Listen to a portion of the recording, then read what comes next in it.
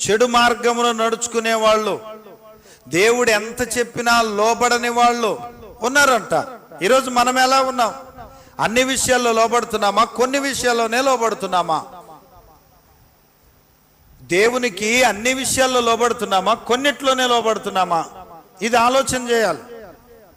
మనం అన్ని విషయాల్లో లోబడినప్పుడు నిశ్చయముగా మనం దీవించబడతాం. హల్లెలూయా. నువ్వు కృంగిపోయి ఉన్నావా, నువ్వు దిగులు చెందున్నావా, ఏదైనా సరే నువ్వు లోబడితే అద్భుతమైన కార్యం దేవుడు చేస్తాడు. నీ ప్రార్థనకు జవాబు దేవుడు తప్పకుండా ఇస్తాడు. హల్లెలూయా. నాకు మొరపెట్టుము, నేను నీకు ఉత్తరం ఇస్తాను, నీకు జవాబు నేను ఇస్తాను. నువ్వెందుకు కంగారు పడుతున్నావు? పునరుత్థానుడు, ఆయన మరణాన్ని జయించి తిరిగి లేచాడు. ఆయన ఎక్కడో లేడు, నువ్వు అరిచి గీపెట్టడానికి. నీ పక్కనే ఉన్నాడు ఆయన. ఎక్కడున్నాడు? నీ పక్కనే ఉన్నాడు. నీ పక్కన ఉండడానికి